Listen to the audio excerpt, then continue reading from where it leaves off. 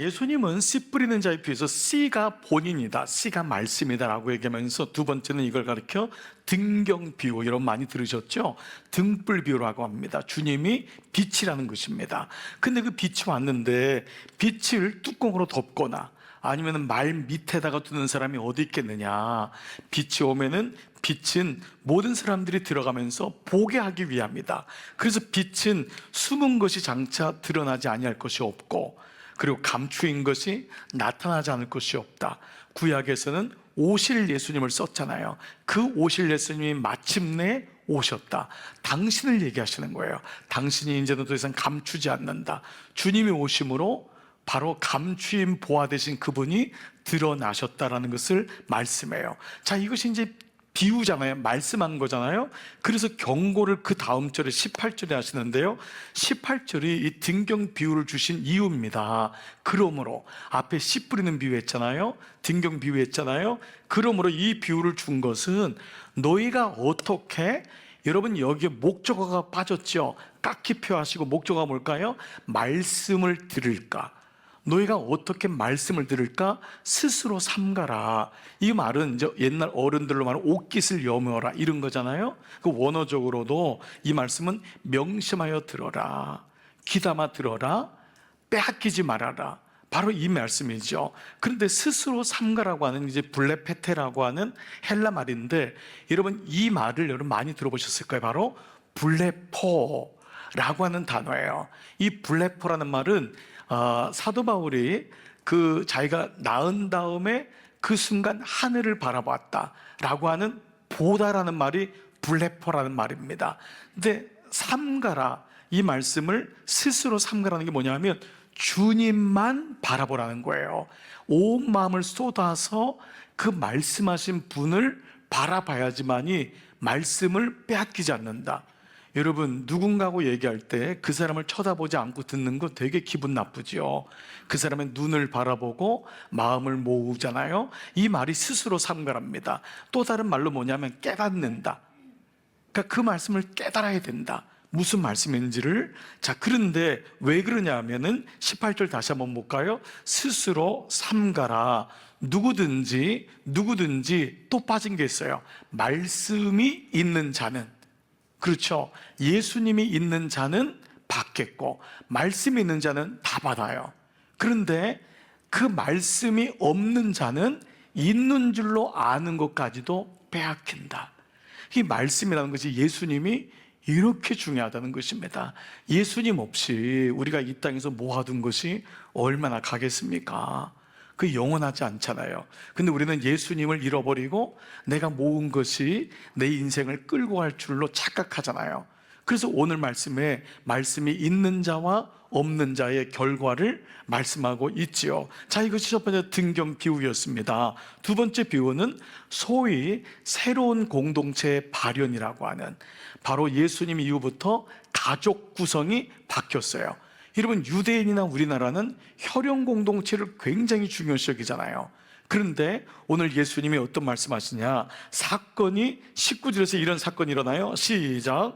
예수의 어머니와 그 동생들이 왔으나 무리로 인하여 가까이 하지 못하니 어떤 이가 알리되 당신의 어머니와 동생들이 당신을 보려고 밖에 서 있나이다. 혹시 여러분 이 구절이 아시는 분은 마가복음 3장 21절에 예수의 친족들이 예수를 붙들려고 오는 거예요. 끌어내려고. 그가 미쳤다 생각하여. 그러니까 이거는 만나려고 하는 게 그리워서 온 게 아니라 마리아도 그 가운데 들어간 거예요. 수태고지를 들었지만 마리아도 믿음이 흔들리는 거예요. 예수님이 등장하니까 어머니로서 너무 가슴 아프고, 동생들이 예수님이 자기가 구주라고 그리스도라고 하니까 미쳤다, 끌어내려고 하는 게 밑에 배경이 있는 겁니다. 자, 그런데 예수님 뭐라고 하냐, 21절 보세요. 예수께서 대답해 이르시되 내 어머니와 동생들이 누구냐. 그래서 뭐라고 하죠? 곧 하나님의 말씀을 동그라미 듣고 동그라미 행하는 이 사람들이래요. 왜 제가 이 동그라미를 두 개로 하냐면, 여러분 마태복음, 마가복음에 이 말씀이 똑같이 있어요. 그리고 공간복음이라고 하잖아요. 마태, 마가, 누가가. 요한은 좀 더 다른 각도로 본 거예요. 그런데 마태복음 12장, 마가복음 3장에 여러분 들으셨을 거예요. 예수님 뭐라 하냐면 누구든지 하나님의 뜻대로 행하는 자는 내 어머니요 내 동생들이다. 하나님의 뜻대로라는 말씀이 나와요. 그런데 누가는 의도적으로 뭐라고 했냐면 하나님 말씀을 듣고를 첨가했어요. 그 누가는 의사라 그랬죠. 아주 디테일한 사람이에요. 하나님 예수님 말씀을 뜻대로 행하는 것이 아니라 행한다는 것은 듣는다는 것이 전제되어 있잖아요. 잘 들어야지 행하죠. 만약에 듣지 않고 행하는 믿음, 우리 뭐 행동하는 믿음에 대해서 얘기를 많이 하지만 사실은 행한다고 하는 것은 잘 듣는다는 것이 전제되어 있습니다. 우리 유치한 예와 같지만 여러분 어느 날 주인이 돌쇠를 불렀잖아요. 너 내일 아침 김진사 댁에 가야 되겠다. 그래서 이제 얘기를 한 다음에 내일 아침에 돼가지고 돌쇠를 불렀어요. 근데 있을까요 없을까요? 없어요. 어디 갔어요? 김진산에 간 거예요. 웃지도 않으시네요. 여러분 무슨 말씀인 줄 아시죠? 우리가 이 같을 수 있다는 거예요. 듣지 않는데 행함이 있을 수 없다. 누가의 초점은 뭐죠? 듣는 것. 듣는 것의 소중함을 씨 뿌리는 비유부터 등경 비유부터 계속해서 말씀하고 강조하고 있다는 것입니다. 자, 그래서 두 번째, 누가 내 친족이냐, 누가 내 아버지고 어머니고 형제냐, 이것이 언약 안에서 이루어진 새로운 공동체예요. 여러분 가만히 보면 우리가 형제 자매인 것 같지만요, 우리 친족들, 혈연들, 여러분 저도 제가 보니까요 정말 우리 교우 안에서 말씀을 나누고, 이게 믿음이 서로 결이 다르면, 영이 다르면 얘기 못 나눕니다. 근데 제가 때로는요 제 아이보다 우리 목사님들 걱정을 더 많이 합니다. 더 많이 생각해요. 왜냐하면 매일마다 말씀을 나누거든요. 말씀 안에 있거든요. 저희 형님하고도 예수님 형님이 모를 때 말씀을 나눌 수가 없어요. 제 기도 제목조차도 알지를 못해요. 그러나 형님이 예배자가 되고 말씀을 묵상하니까 그동안 내가 너를 몰랐구나. 똑같은 피로 나눈 형제자매지만 말씀이 없으면, 이런 며느리가, 사위가, 우리 알고 있잖아요. 말씀이 없으면 얘기할 게 없어요. 밥 먹었냐? 잘 있냐? 이것밖에 얘기할 수 없는 거예요. 그래서 오늘 새로운 공동체의 발현은 말씀이 들릴 때 이것을 강조하고 있다는 것입니다. 자, 세 번째 사건은 뭐죠? 풍랑을 잠재우시는 예수님입니다. 자, 어떤 일이 있었는지 한번 볼게요. 22절 시작. 하루는 제자들과 함께 배에 오르사 그들에게 이르시되 호수 저편으로 건너가자 하시매 이에 떠나 행선할 때에 예수께서 잠이 드셨더니 마침 광풍이 호수로 내리침에 배에 물이 가득하게 되어 위태한지라 제자들이 나와 깨어 이르되 주여 주여 우리가 죽겠나이다. 두 번이나 주님을 부른 것은 그만큼 최선을 다했지만 안 됐던 거예요. 여러분 제자들의 직업이 뭐죠? 어부입니다. 배에 물이 들어오는 건 이거는 그냥 보통 일이에요. 그런데 자기의 최선이 안 될 때, 근데 죽게 될 때, 위태할 때, 여러분 이거를 다른 말로 하면 좀 표현이 그렇지만 우리가 정말 고난을 주시는 이유가 이거예요. 죽게 될 때 사실은 정말 간절히 주님을 찾습니다. 평범할 때 찾으면 얼마나 좋아요. 그러니까 주님이 때로는 아픔을 주시는 거예요. 고난을 주시는 거예요. 근데 그때 주여 주여 우리가 죽게 되었나이다, 위태하게 되었습니다. 그때 주님이 그때 우리에게 오시는 것을 알게 되죠. 그래서 오늘 마지막 이 24절에 주님이 뭐라고 반응하죠? 예수께서 잠을 깨사 바람과 물결을 동그라미 꾸짖으시니 이에 그쳐 잔잔해지더라. 이 꾸짖다는 말은 말을 엄하게 했다는 표현이겠죠. 영어도 이제 리뷰크라고 하잖아요. 꾸짖다. 그런데 이 꾸짖다는 말은 그런 차원의 말 이상의 의미가 있어요. 이 말이 헬라어로 에피테마오, 티마오, 에피티마오라는 단어인데, 에피란 말이 전치사 투입니다. 누구누구에게. 티마오 단어가 뭐냐면 가격을 정하다예요. 가치를 정하다. 그러니까 어떤 값을 정하는 것을 주님이 꾸짖었다는 거예요. 값을 정한다는 건 뭐죠? 위아래를 결정하는 거예요. 이게 고가품인지 이게 저품인지, 이게 주님과의 관계가 설정되는 거예요. 뭐죠? 주님이 풍랑을 하여 값을 정했다는 건 주님 아래에 있다는 거예요. 그래서 주님이 그를 꾸짖을 수 있다는 거죠. 여러분 우리가 이러잖아요. 누가 뭐 말도 안 되는 사람이 막 우리한테 야 너가 뭔데 이러냐고. 그 말은 이미 거기가 위가 결정이 되는 거예요. 격이 결정이 되잖아요. 자, 그래서 오늘 25절에 그들이 두려워하고 놀랍게 여겨 말하되 그가 누구에게? 첫 번째, 여러분 아까 첫 번째 등경에서도 지가 뭐라고 빛이래? 지가 뭐라고? 두 번째도 지가 뭐라고 가족을 혈연 관계가 아니라 하나님 말씀을 듣고 행하는 자냔 말이에요. 이제는 제자들의 입에서 그가 도대체 누구에게 물과 바람에게 명했더니 순종하는가? 그 격이 결정된 거예요. 예수님이 창조자이신 예수님이 피조물인 피조세계인 바람과 바다에게 명함에 그가 순종하였더라. 이것이 주님이 도대체 누구시길래 제자들도 놀랬다, 이 말씀인 것을 오늘 세 가지 사건을 보면서 알게 됩니다. 자, 그런데 여러분이 이제 말씀 묵상하셨지만 이 세 가지 사건을 보면은 여기 세 가지 사건의 결과적인 단어들이 있음을 보게 돼요. 공통적인 단어. 여기 뭐가 있을까? 이거는 성경 전체의 주제이기도 해요. 바로 주님은 말씀하시고 나는 듣는다라는 거예요. 이것이 오늘 세 가지 사건에 있어요. 자, 여러분 이 단어를 한번 기억하시면서 첫 번째 등경 비유 보세요. 주님이 비유로 말씀하시니 너희 정말 잘 들어야 된다, 이거잖아요. 어떻게 들을까? 어떻게 말씀을 들을까? 심 스스로 삼가라. 주님은 말씀하고 나는 듣는 게 등경 비유잖아요. 비유예요. 자, 두 번째, 새로운 공동체 발현도 하나님 말씀을 듣고 행하는 자가 내 어머니요 내 동생이란 말이에요. 말씀을 듣고 행하는 자가 언약을 믿고 행한단 말이잖아요. 그러니까 이거 역시 주님은 말씀하시고 우리는 들을 때 그때 새로운 혈연 관계가 만들어진다라는 것이죠. 세 번째, 풍랑을 잠재우시는 예수님도 보세요. 풍랑도 그가 말씀하시면 듣는다는 거예요. 풍랑도 그가 말씀하시면 듣는다.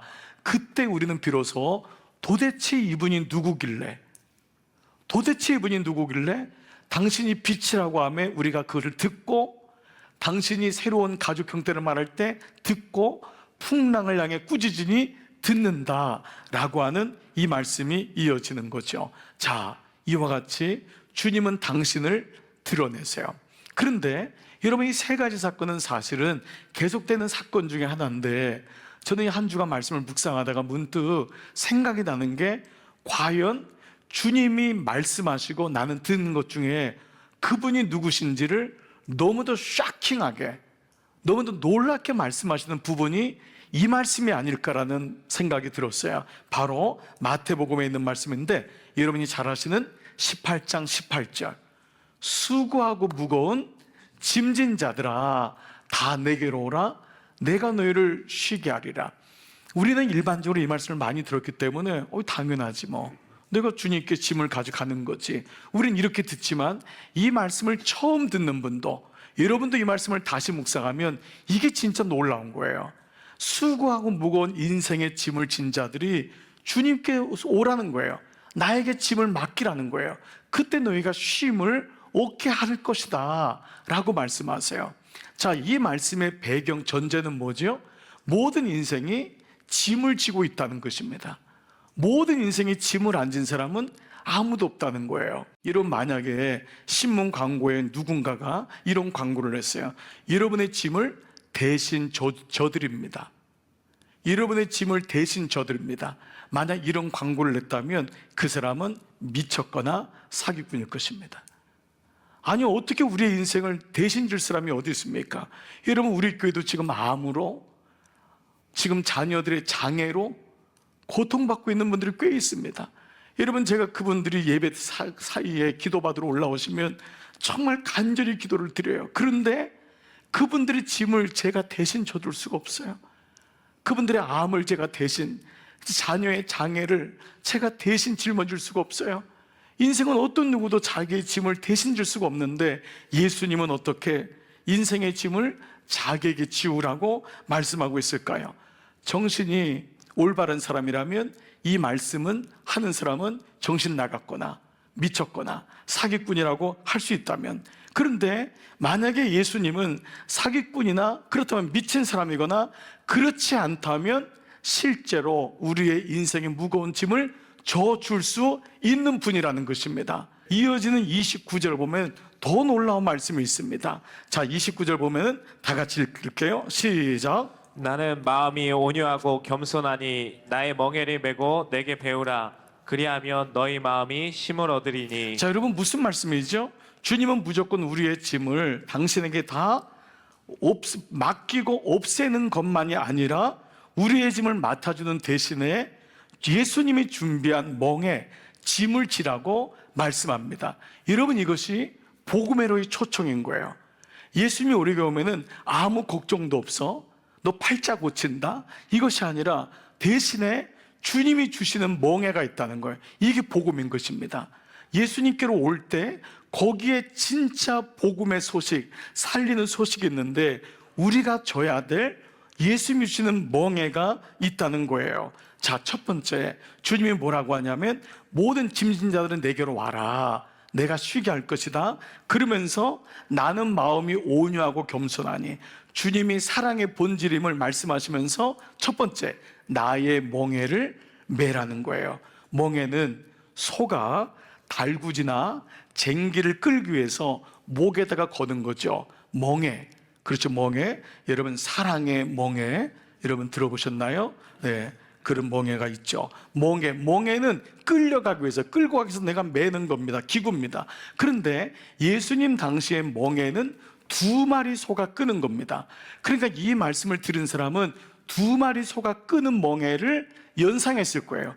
2마리가 한 멍에를 맨다는 것은 2가지가 이루어집니다. 함께 있어야 되고 같은 방향을 가야 돼요. 이게 멍에를 매라는 거예요. 주님이 나의 멍에를 매는 것은 주님이 나와 함께 멍에를 매는 것이고, 동시에 주님이 원하시는 방향으로 하는 것이 주님의 멍에, 나의 멍에라는 거예요. 주님이 주시는 복음의 초청은 우리를 골탕 먹이기 위함이 아니에요. 우리를 교회로 초청하고 우리를 말씀으로 초청하는 것은, 주님의 멍에를 매라는 것은 골탕이 아니라 이것을 내가 지고 가겠다는 거예요. 50대 50이 아닌 거예요. 주님이 100% 지고 가겠다는 거예요. 그래서 주님이 내 멍에는 쉽고 내 짐은 가볍다라고 말씀하신 거예요. 이것이 복음의 초청입니다. 어떤 분은 신앙생활을 고되다고만 생각합니다. 그건 주님을 못 만났기 때문에 그렇습니다. 본질을 모르기 때문에 그렇습니다. 어떤 분은 묵상하고 양육하는 것을 너무 어렵게 생각합니다. 그렇지 않습니다. 내 짐은, 내 멍에는 쉽고 내 짐은 가볍다고 말씀하신 거예요. 오히려 그때 주님의 말씀을 따라갈 때 신앙생활이 어려운 게 아니구나, 인내 싸움이 아니구나, 이게 극기 싸움이 아니에요. 신앙은 막 극기로 가는 게 아닙니다. 분명히 주님이 내게 주시는 멍에는 쉽고 가볍다고, 그 안에서 주님과 함께 가는 멍에입니다. 함께 주님이 멍에를 지고 친히 앞장설 때 나는 따라가면 되는 것입니다. 이 멍에를 기꺼이 지시기를 축복합니다. 두 번째 놀라운 비밀이 있습니다. 나의 멍에를 메고 누구한테요? 내게 배우라. 주님께 배우지 않으면, 주님을 알지 않으면, 내게 배우라는 건 주님을 알라는 거잖아요. 주님을 알지 못하면은 오해해서 자기 스스로 멍에를 던져버립니다. 그 멍에가 싫은 거예요. 왜 내게 이런 멍에를 줬어? 주님이 멍에 속에 들어와야지만이 암이 걸려도, 장애를 가진 아이가 있어도 버티고 견딜 수 있는 이유가 이겁니다. 내 힘으로는 안 되는 거예요. 주님의 멍에를 알아야 돼요. 주님의 마음을 배우는 것입니다. 주님이 멍에만 준 것이 아니라 내게 배우라. 주님의 마음을 알아야지만, 십자가 마음을 알아야지만 여러분 인생 속에서 오는 고난과 아픔을 견딜 수 있는 이유가 여기입니다. 여러분, 어제 우리 그제 금요 성령 집회에 7가지 죄 중에 4번째 나태에 대해서 배웠습니다. 나태는 열심히 일하는 사람에게도 적용된다고 했어요. 열심히 일해도 주인과 관계없이 일하는 것은 나태입니다. 아침 일찍 여러분이 들어와서 밤 늦게까지 일을 하여도 주님이 없는 종의 열심은 나태라 그랬어요. 그 나태는 필히 주인과의 오해에서 생깁니다. 그 달란트를 받았던 종은 주인을 오해했어요. 주인은 굳은 사람이라. 그러니까 결국 그것을 나태라고 봤던 이유가 그 이유였습니다. 주인을 오해하고 주인의 마음을 알지 못하는 영적 나태야말로 가장 나태의 근원적이라는 말씀을 드렸죠. 여러분에게 한 권의 책을 좀 소개해 드릴게요. 김형익 목사님이 쓰신 우리가 하나님을 오해했다. 우리가 하나님을 오해했다. 정말 좋은 책입니다. 필독을 권합니다. 이 책을 보면은요, 이런 내용이 나와요. 한번 들어보세요. 성경을 읽는 것이, 묵상하는 것이 중요하다는 사실을 틈날 때마다 강조하는 나는 성경이 어려워요 라고 말하는 이들을 많이 만난다. 동의한다. 그러나 그런 생각 이면에는 기독교는 쉬운 것이라는 생각, 기독교는 쉬워야 된다는 생각이 있는 것은 아닐까? 아니다. 성경을 알기 위해서 좋은 스터디 성경을 사는 것은 어떨까? 필요하면 성경 사전이라도 장만해야 하지 않을까? 이런 것은 신학교에 갈 사람들 뿐만 아니라 모든 그리스도인이 당연히 해야 하는 일이 아닐까? 교과서만 가지고 공부하는 고등학생은 없지 않은가? 대학을 가기 위해서도 그렇다면 하물며 하나님을 알기 원하는 사람들은 어떠해야 하겠는가? 신입사원이 밤을 새워 가서라도 힘들고 어려운 모든 업무 관련 사항들을 빠른 시일 내에 배우고 익혀야 하는 것을 생각해보라. 이와 같이 하나님을 알기에 힘쓰라고 말씀하는 것이 아닐까? 오해된 하나님은 성경을 통해서만이 교정될 수 있다. 다른 길은 없다. 돈벌이에 우리의 에너지와 열정을 쏟고 인생의 수많은 시간은 아깝지 않게 쏟아붓듯이 하나님을 아는 지식을 추구해야 한다. 여러분, 동의되지 않습니까? 이해되지 않습니까? 많은 사람들이 하나님을 믿는다고 하지만 하나님을 배우려고 하지 않습니다. 애쓰지 않습니다. 그거를 너무도 당연하게 생각합니다. 말씀이 들리지 않는 것을 너무도 당연하게 생각합니다. 그러면 목사들은 어떻게 할까요? 늘 똑같은 수준으로 얘기하는 겁니다. 그러니까 말씀이 없으면 한국교회는 기복화가 되고 말씀을 따르지 않고 말도 안 되는 목사를 따라가게 되고 이로 인해서 교주를 따라가는 이단들이 교회 안에서 속출한 이유는 바로 저 같은 가르치지 않는 목사와 배우지 않는 성도들이 있는 이상 교회는 절대로 개혁되지 않습니다. 교회가 말씀을 들을 때, 성도가 말씀을 들을 때 하나님이 어떤 분이신지를 알게 됩니다. 아는 만큼 살 수가 있습니다. 알아야지 면장한다고 하지 않습니까? 말씀을 모르는데 주님의 뜻을 알 수가 없습니다. 하나님 말씀은 하나님 나라의 언어라고 했잖아요. 이 언어를 배우지 않고 어떻게 그 사람하고 소통할 수가 있습니까? 여러분들이 영어를 하나도 모르는데 어떻게 미국에 갈 수 있습니까? 일본어를 모르는데 어떻게 일본 사람하고 소통할 수 있습니까? 그냥 경치만 보고 햄버거만 먹고 오는 것과 마찬가지입니다. 소통하고 하나님을 알려면은 도대체 그분이 누구신가? 누가복음은 아니 성경은 그분이 누구신가를 계속해서 드러나고 있습니다. 이것을 만났다고 합니다. 내가 주님을 만난 것입니다. 그 주님을 만나는 것은 사건을 통해서도 있지만 가장 명확한 것은 말씀을 통해 만나는 것입니다. 그 말씀 속에서 수많은 일들과 사건들을 우리가 비로소 알기 때문입니다. 사랑하는 여러분, 주님이 나에게 모든 짐을 지우라고 말씀하십니다. 이것은 진짜가 아니고서는 이렇게 얘기할 수가 없습니다. 그분은 창조주 하나님이시기 때문입니다. 우리가 믿는 그분은 거짓 하나님이 아닙니다. 사람들이 써놓은 것을 그냥 믿어주는 척하는 그분이 아닙니다. 지금도 살아계신 하나님, 오죽하면 시퍼렇게 살아있다고 그렇게까지 얘기합니까? 오늘 이 하나님이 나의 하나님, 여러분의 하나님이신 줄 믿습니다. 이번 한 주간 말씀 묵상을 해보십시오. 이번 한 주간 겸손히 성경을 펴고 밑줄을 그어보시고 동그라미를 쳐보십시오. 모르면은 사전도 찾아보시고 구글도 찾아보시고 내 친구 네이버에게도 물어보시고 그래서 말씀을 찾아가 보십시오. 그러면 분명히 주님이 말씀하실 것입니다. 주님이 여러분에게 친구가 되어주시고 도대체 주님은 누구시길래, 도대체 주님은 누구시길래 이렇게 내 인생을 후대하시고 내 인생을 이끌어 주시지, 그분을 알면 알수록 명확하게 그분과 동행하게 될 것입니다. 이번 한 주간 주님과 동행하는, 주님과 함께하는 여러분 모두 되시기를 주님의 이름으로 축복합니다.